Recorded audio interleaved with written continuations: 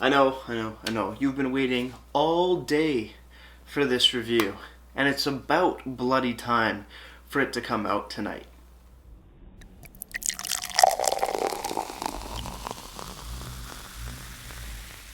Beer, beer, beer, beer, beer, beer, beer.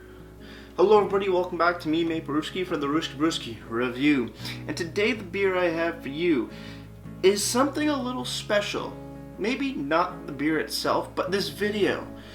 I'm gonna try to do this premiere thing. I have no idea what the purpose is really of it. Bring hype to this video, maybe? Because it's posted and viewed live, but it's a recording. So I have no idea how this is gonna go, but I'm gonna try something out. Why not? Gotta try it at least once. And I think it's about bloody time. And enough with the puns. That's actually the name of the beer I have for you guys. It's about bloody time English ale from Saulter Street Brewery. And Saulter Street is brewed in Toronto, Ontario. So here's the can. I actually am a very big fan of this can. It's glossy, it's simplistic, it's kind of cool. It's a small boy. You don't really see much craft beer in small cans usually, which is pretty neat. And this, I don't know, something about small cans just fit right in the palm of your hand real nice. Then again, more beer is always better. So I'm a little bummed out, especially if I really like this thing. But yes, it's about bloody time English ale, 5.2% alcohol by volume. Any listed IBUs? No. No listed IBUs here on the very simplistic yet elegant looking can. On the website, I do not see any IBUs either. No. Maybe in the bottle shop? Can we open this in a new tab? In a new tableau? Let's see. Shipping, blah, blah, blah. Yeah, thank you. It's about bloody time. What if we click it? Does it say 30 IBUs? 30 IBUs. They're doing the same thing it seems like Rouge River's doing, where they're posting more information about the beer on the online store page. Spoiler alert for the website portion of this video, but hey, we gotta move forward. So, it's about bloody time English ale, 5.2% ABV, 30 IBUs. Let's crack this bad boy open. Ooh, that's a little. Oh, that's fairly full. I like that. Pouring it into my Asada City pint glass because, well, I don't have a Saulter Street beer glass, and I won't be getting one for a while because COVID. Thanks, COVID. Let's pour it out.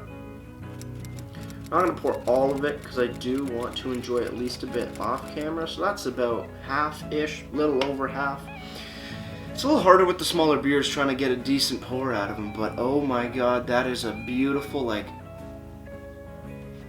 amber color, beautiful amber color, somewhat brown depending on the lighting, but fairly clear, just a touch a little haze on it, not too much. Nice lightly tanned head on top as well. That thing looks like a proper English ale. Let's have a smell. And oh no. Oh no.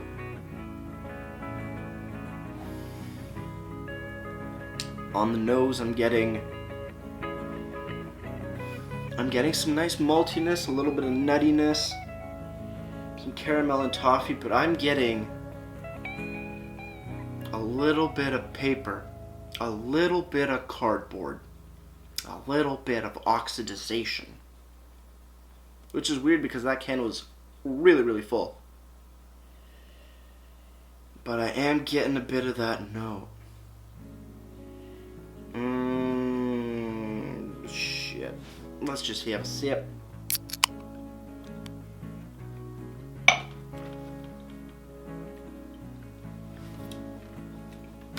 A little bit in there. A little bit of that cardboardy, papery sort of note comes off. I don't know what's going on here. Come on, it's just enough for me to notice. It's not as bad as some cans may be, but It is noticeable. But let's focus on the flavor. Let's focus on the aroma of what we're getting. And then in the future, if I get a new can, try it again. So on the nose, very oxidized on the nose. Very papery, cardboardy, but notes of like caramel toffee coming through. Not really, yeah, but a little bit of biscuitiness. Some more whole wheat breadiness out of it, but flavor, we gotta have another sip, guys. Cheers, everybody. Let's keep on drinking. Let's see if we can overlook that oxidization. See, on the palate, it's not as bad. On the nose, it's a lot more aggressive, papery, cardboardy. On the taste, definitely way less. Medium bodied, smooth, not as effervescent as I thought it was going to be, or that it probably should be. Caramel, ooh. Caramel, toffee, a little bit of biscuity, a whole grain or brown bread. But yeah, cardboardy, papery, not good. Not good at all. I cannot give this a proper score. At least a true score, because it's not fresh.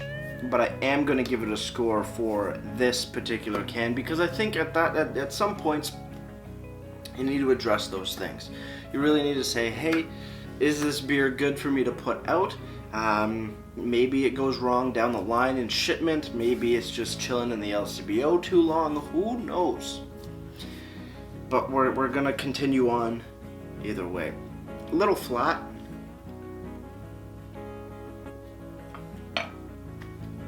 That cardboard paper is coming up. A little bit of an earthy hop note to it as well. Not really hoppy at all. Definitely way more malt forward of a flavor profile rather than hops, but get a little bit of like an earthy, grassy sort of hop note going along.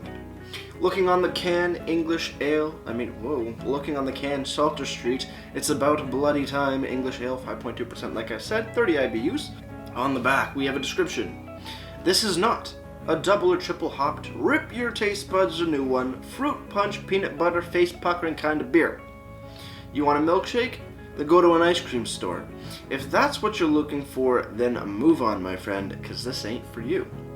But if you are looking for a smooth, great tasting beer with multi notes of caramel and toffee, it's about bloody time. I gotta say, that's probably one of the best descriptions I've ever read. That's hilarious. I really like that. Ingredients. Thyme is an ingredient, apparently. Water, malted barley, hops, and yeast. On the bottom for a brewed on or canned on date is, well, not there. I do not see any brewed on, canned on, bottled on, best before dates on this can. So it leaves you to wonder, how long has this been sitting there? How old is this can? I didn't see it in the LCBO a few weeks ago. I found it this week, and it's oxidized. What's going on here? What's going on here? Where did this go wrong? Because I was so excited for it. It's a beautiful looking can, and yes, I'm judging a beer by the cover, but also it's an English ale. I like English ales. I don't get many English ales in my belly. And this was supposed to be a fun time, and now it's a bit of a sad time. But moving on to the website, Saulter Street Brewery.ca. You go to the beer section, you scroll down a little bit, and they just have a 1-2 click button to go through the different beers that they have, and you gotta hover over the picture. It says, it's about bloody time English ale. A little description here, slightly different. This malt forward and light biscuity character, hints of toffee and caramel, smoothed out to a refreshing earthy finish, backed with an assertive get off my lawn bitterness. Pretty much exactly what I'm actually getting from the beer. Plus oxygen, yay! But yeah, they got that, but you gotta go over to the online store to see how many IBUs. So on the online store, it has the same exact description from the beer page, and then throwing in IBUs. Again, that is $2.30. Also, it's $2.70 for the can at the online store. At the LCBO, it's $2.60. So you're getting a better price at the LCBO. But oxygen. I don't know which beers it affects because I have no time stamp to base it on. Which is why I always say timestamps, date codes, best befores. Please put them on your beer. Get a canning device that either has a date code labeler or do what Rouge River does and make a little sticker and just put it on. It doesn't have to be fancy as long as it's legible and people can read it, which means the same thing. It's great to have. It's a staple to have because you're keeping everybody informed, not only yourselves but the consumers. And please put the can date on your damn cans and bottles and stuff and things. Please and thank you. Moving forward to Untapped, It's About Bloody Time has been given a 3.47 bottle caps out of 5, and that's out of 332 ratings. Again, like I said at the LCBO, $2.60 there. 10 cents cheaper than the online store Brewery. Who knows? Who knows why? I don't. It's a good beer, minus all the oxygen, like all the cardboardy, papery notes that I'm getting. If you cut that right out, phenomenal beer. I gotta say, this is a high-scoring beer in my opinion. With that little oopsie-daisy as to what happened, definitely losing points.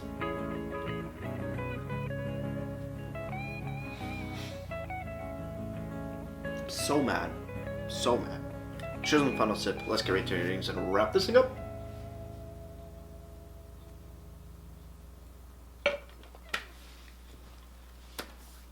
It's a bloat. No, it's About Bloody Time English Ale from Saulter Brewing Company. I was so looking forward to this beer because I'm just like, wow, this actually looks and sounds pretty damn good. Sounds like a straight up English ale without any BS. And that's exactly what it is. That's exactly what it is down to its core. It's damn delicious, but because I don't know the date code and because there are papery and cardboardy notes that should not be in there, it suffers greatly in the score, bumping it down to like a 3 out of 10. But without the oxygen, if this was fresh AF, I would not see any reason to not give it like anywhere between an 8 and a 9 out of 10.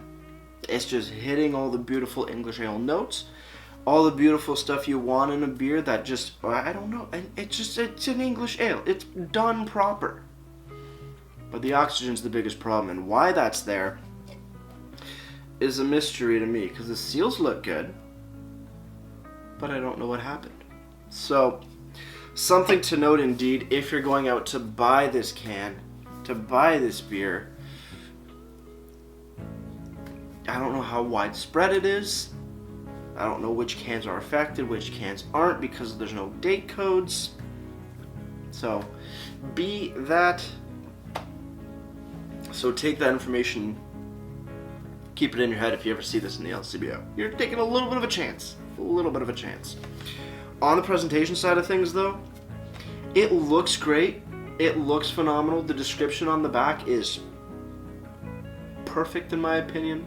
You got ingredients list with little pictures, which is cool. No IBUs, not a big deal. But no date code, no nothing, no best before, no brewed on, no canned on, none of that. So, marks go down. As for the website, I mean, it's a good looking website. I think it could be laid out better because they do have a whole thing on the brewing process, which is really cool, and giving you like all the details of just a brewing process in general, which I think is amazing. I don't really see that on other breweries' websites, but the beer side of things, showcasing your beer, giving the list of them is kind of silly in my opinion. It's just pictures and you hover over it with a little blurb. You're not really getting a full I guess, more in-depth look, or at least like a proper page for each beer, which is, in my opinion, kind of silly, but hey, I'm not the website designer for the brewery. Thankfully, the online store adds in those IBUs, and it's a little bit easier to manage everything on that end. So, presentation looks great, good information, lacking the most important thing though, and the website's a little not my favorite layout. Presentation of the beer gets a solid 6 out of 10 for me. A real big bummer with this one, but I don't know, you know, just happened to be that way. And I hope this premiere thing kind of worked out. I have no idea really what it's going to be. This will probably be the one and only premiere that I ever do, because I think that thing's a little silly, but hey, might as well try it. Before I leave you guys though, if you have any comments, questions, or beers you want to review in the future, you can leave all of that information down in the comment box below. If you want to go ahead and like this video or subscribe to me, Mate Brewers, it would be greatly appreciated as well. And with all that said, that's going to do it for me, Mate Brewers. Like I always say, crack a beer and enjoy. Cheers.